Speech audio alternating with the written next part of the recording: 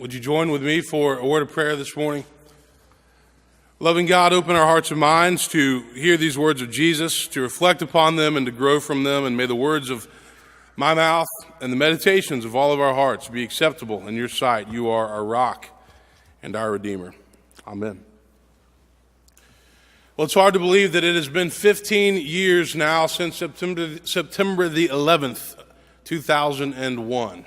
In fact, to put that into perspective, all of the youth and children in our church that are in the 9th grade or below were not even born when September the 11th took place, which is pretty amazing. That was a day that changed our world forever, and I want to talk about it for a few minutes this morning. I can remember exactly where I was when I got the news, and I'm sure many of you can remember as well exactly where you were when you found out what was happening in New York City. 19 terrorists collaborated together to hijack 4 commercial airliners, turning them into human missiles with innocent civilians on board. 2 of those airplanes went into the Trade Center, each tower. 1 of them went into the Pentagon, and the other one, we suspect, was heading for either the White House or for the Capitol until some very brave folks on board of United Flight 93 caught wind of what was going on through their cell phones, and they rushed the cockpit and they brought that plane down in a field somewhere in Philadelphia. There are many things that we've learned from 9/11 and things that we have learned since 9/11. Among those things, we learn the extreme kind of evil that people are willing to do in the name of radical religion. We learn what it feels like to no longer feel safe in a country that is protected by oceans to the east and to the west and to the south. We learned that terrorism is an absolute reality in the 21st century and it must be taken seriously. And we also learn that we should never take a single day for granted because we simply don't know what day could be our last. The horrific images of that day remain etched into our minds forever. And if you talk to people like Farrell and David Mason and others who actually lived in New York and were there and experienced that day, they have these images in their mind that will probably never leave. Images of planes flying into buildings.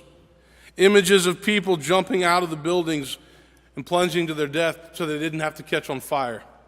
Images of lower Manhattan in rubble and debris piled up and people running frantically in every direction to find safety. Images of the Pentagon, which is our country's symbol of military strength, on fire. But there are also other images that are etched in our mind from that day. Images of firefighters rushing into the towers to rescue people.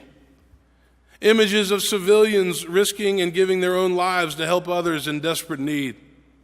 Images of police officers carrying people out of the wreckage. Images of medical personnel tending to the wounded. Strangers helping strangers. Neighbors helping neighbors. September the 11th is a day on which we saw both evil and good. We saw the worst of humanity and we saw the best of humanity. We saw fear and we saw bravery. We saw terror and we saw hope. We saw devastation and we saw resolve and unity. 9/11 was a horrific crime against humanity. It shocked the entire world. It made it obvious that there exists in this world those who have absolutely no respect for human life, including their own. As one person put it, these terrorists have no interest in the international justice and peace that many of us have lived and fought for. Indeed, they are its mortal enemies. Their vision for the world is oppressive. They would destroy democracy, deny human rights, oppress women, persecute people of other faiths, and even people in their own faith, because remember, there were mosques in both of the Twin Towers. Muslims who were killed by other Muslims. What's even more mind-boggling is that many of these terrorists that did this event, they're not just radical fundamentalists. Some of them are well educated. Some of them even educated in the West, in the United States. And they're well funded. And they're willing, because of their ideology, to kill and murder on a mass scale to make a religious and political statement. They're people that are not bound by conscience or by any limit of the destruction that they can cause. That day shook our nation to its very core, and it caused the fear and anxiety that's already a part of everyday life to be taken to new heights. So for my generation, it was similar to how the baby boomers felt in 1963 when JFK was assassinated, or how the builders felt in 1941 when Pearl Harbor was bombed. And on this 15th anniversary, as we continue this journey through the Sermon on the Mount, we come to the end of chapter 5, and what is the text that we've been given to wrestle with this morning? Jesus says, "You've heard that it was said, an eye for an eye and a tooth for a tooth, but I say to you, do not resist an evildoer. But if anyone strikes you on the right cheek, turn the other also. And if anyone wants to sue you and take your coat, give your cloak as well. And if anyone forces you to go 1 mile, go also the 2nd mile. Give to everyone who begs of you, and do not refuse anyone who wants to borrow from you. You've heard that it was said, you shall love your neighbor and hate your enemies. But I say to you, love your enemies and pray for those who persecute you."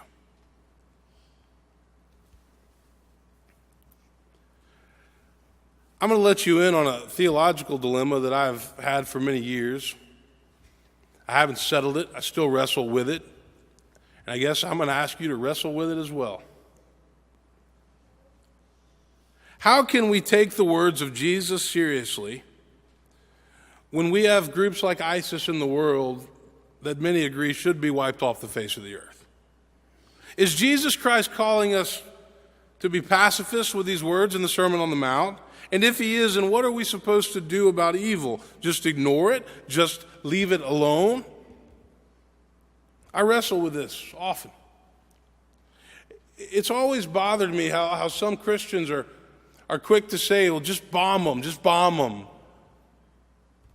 But yet I acknowledge that terrorism is real and evil is real. It's a dilemma. It's a conundrum. I did a lot of my doctoral research on a guy named Stanley Hauerwas. Some of you are probably tired of hearing about him. But in 2001, Time magazine named him the world's most influential theologian. That was also the same year that 9/11 happened.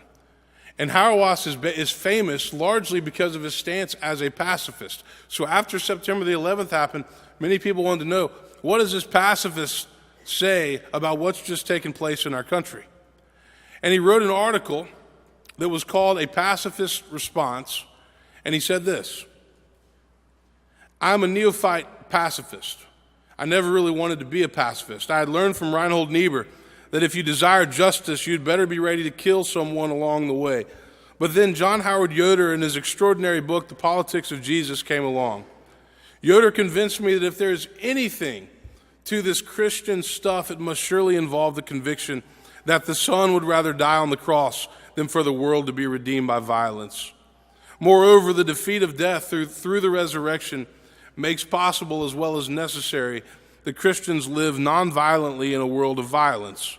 Christian nonviolence is not a strategy to rid the world of violence, but rather the way Christians must live in a world of violence. In short, Christians are not nonviolent because we believe our nonviolence is a strategy to rid the world of war, but rather because faithful followers of Christ in a world of war cannot imagine being anything else other than nonviolent." Did you get all that? Now, this is controversial stuff. To write that just weeks after September the 11th, 2001, many people were outraged and angry. I've never been able to embrace the pacifist position completely. I have the utmost respect for guys like Hauerwas and others who can, but I've never been able to get there myself. And throughout history, there have been other theologians and ethicists and political and military leaders who could not get there as well because they see evil in the world and they see that evil has to be dealt with. And so this concept of the just war theory came up a long time ago. And the just war theory basically says that war is horrible and nonviolence is the preferable option, but sometimes you have to go to war, but if you have to go to war, then at least these terms should be met. First of all, a just war can only be waged as a last resort. All nonviolent options must first be explored. Secondly, a war is just only if it's waged by a legitimate authority. Third, a just war can only be fought to redress a wrong suffered. For example, self-defense against an armed attack is a just cause. Fourth, a war can only be just if it is fought with a reasonable chance of success. Fifth, the ultimate goal of just war is to reestablish peace. Sixth, the violence used in the war must be proportional to the injury suffered. And seventh and lastly, the weapons used in war must discriminate between combatants and non-combatants. Civilians are never permissible targets. So throughout history, many people who have not been able to embrace the pacifist concept say that if we have to go to war, it must meet these terms. Methodist Bishop Will Willimon pushes back on this. He says, Jesus commands nonviolence, non-retaliation, and forgiveness, not on the basis of effectiveness, not from some silly notion that if we forgive our enemies, it's sure to bring about the best in them, but rather because this is the way of your Father in heaven. Peacefulness is the way of God. Despite what we have been told by our politicians, reality is otherwise. At the heart of the universe is not a dog-eat-dog, survival of the fittest, struggle in war. At the heart of the universe is a God who is peaceful and loving and long-suffering, forgiving and gracious. Now, I'm not under the impression that we're going to sit here this morning and resolve world peace on the 15th anniversary of September the 11th. All I'm asking you to do is wrestle with this the same way that I wrestle with it. It's difficult. It's hard. There aren't easy answers. But what I would like to say this morning is that as followers of Jesus Christ, we are called to do everything in our power to live peaceably, which I think is the road less traveled, to borrow a phrase from M. Scott Peck's book from years ago. And peace always begins on the individual level in our own hearts. So the best question for us to ask is not necessarily what can we do to control world peace or global peace. The best question that we can ask is how can we be agents of peace in our own lives and in our own relationships, in our own marriages, in our own circles, in our own communities, because that's where we have the biggest chance to have the most direct impact. Jesus says, "Blessed are the peacemakers, for they will be called children of God." Peace matters to Jesus. You cannot study the Sermon on the Mount with half a brain and not come away acknowledging the fact that peace matters to Jesus. It's important to him. And he pronounced this when there was war and violence everywhere in the first century. So it begs the question, how do we live peaceably? How do we embody peace in our lives and in our actions and in our words? Henry Nouwen says that peacemaking belongs to the heart of our Christian vocation. Peacemaking is a full-time task for all Christians, and peacemaking has become, in our century, the most urgent of all Christian tasks. During Christmas time, we lift up 4 virtues many of you are familiar with. There's hope, there's peace, there's joy, and there's love. And oftentimes, it's only during Christmas, leading up to the birth of Jesus, that's the only time that preachers will talk about peace. But I think peace should be talked about more often than that. About 2 or 3 years ago, during Advent, I sat down at my desk, and I had one question in front of me, and I wanted to come up with an answer to the question. And the question was, what does it mean to live peacefully? What does it mean to be a peaceful person? And I sat there for a long time, hours, and tried to come up with answers. And since I came up with the list, I've gone back to it, and I've tweaked it, and I've added to it, and I've taken away from it. But I think it's such an important question. And here's what I came up with, and you should add your own to this list. I said, first of all, it starts with forgiveness. Peaceful people understand the transforming power of forgiveness. You see, there's one thing that we all have in common as human beings. We've all been done wrong. We've all been hurt. We've all been stabbed in the back. We've all been talked about. We've all been turned on. We've all been manipulated. That's not unique to anybody here this morning. And so Jesus teaches us about forgiveness, not just because it's some grand concept, but because it's a recipe for sanity. Forgiveness is not optional. It's not easy, but it's absolutely necessary. Just talking about forgiveness is not enough. Practicing forgiveness is important. It doesn't mean that you forget what's happened. It doesn't mean that you just set yourself up to be hurt again. But it does mean that you can leave things in the past and you can move on and look to the future. Peaceful people embrace forgiveness and they understand it and they practice it. Secondly, peaceful people realize that they don't control everything in life. Richard Rohr is a spiritual author. He says this, he says, as we get older, we become control freaks. But the problem with that, he says, is that a need to be in charge moves us deeper and deeper into a world of anxiety. And as the anxiety deepens, we begin to eliminate people from our lives if we can't control them. There's some things in life that we can control, but there's a lot of things in life that we can't control. And wise people, peaceful people realize that you just can't control everything. You know, you can only fight so many battles, and so you have to pick and choose your battles because you can't fight them all, and you shouldn't fight them all. You can't control everything, so don't try to control everything. Third characteristic, peaceful people do not get sucked into unnecessary conflict with non-peaceful people. It always takes two to fight. If somebody is combative and manipulative and passive-aggressive and you get tangled up with them, then you have to play their game. And that's why sometimes avoidance can be a better solution. That's also why Jesus says in the sermon, turn the other cheek, go the extra mile. It's simply refusing to get drawn into the fight. This is wisdom. Sometimes silence is the best response. You can love another person and still not get drawn into their drama. You don't have to play that game. Pick and choose your battles wisely and know you can't fight them all.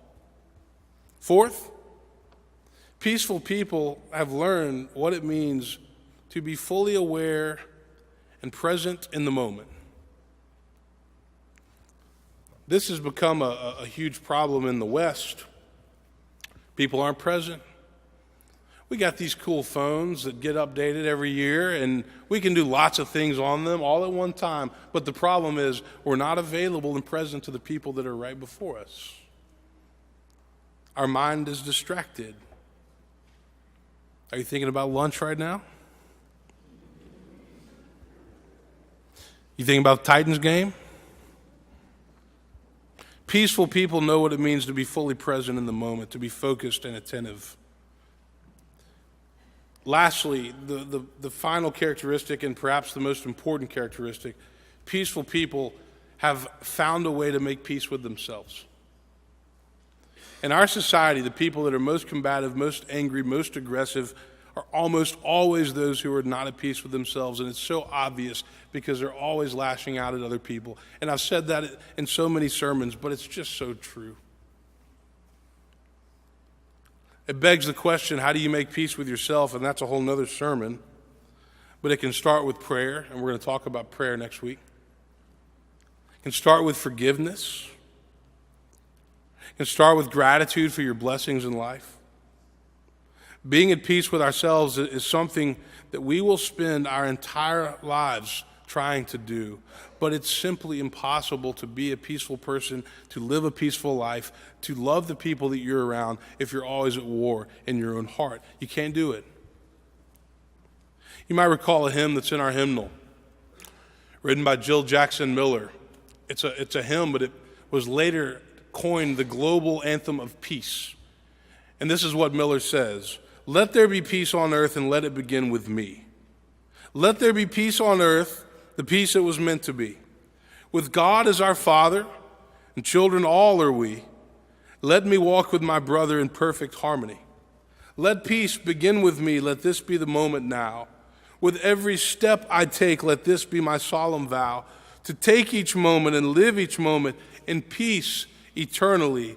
Let there be peace on earth, and let it begin with me." Is there something in your life right now that's going on in your heart, going on in your soul, that is keeping you from experiencing inner peace? If there is, then you have to face it, and you have to deal with it, and you have to work through it. That's absolutely necessary, and you can do it.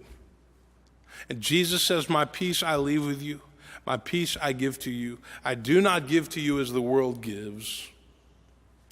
Amen.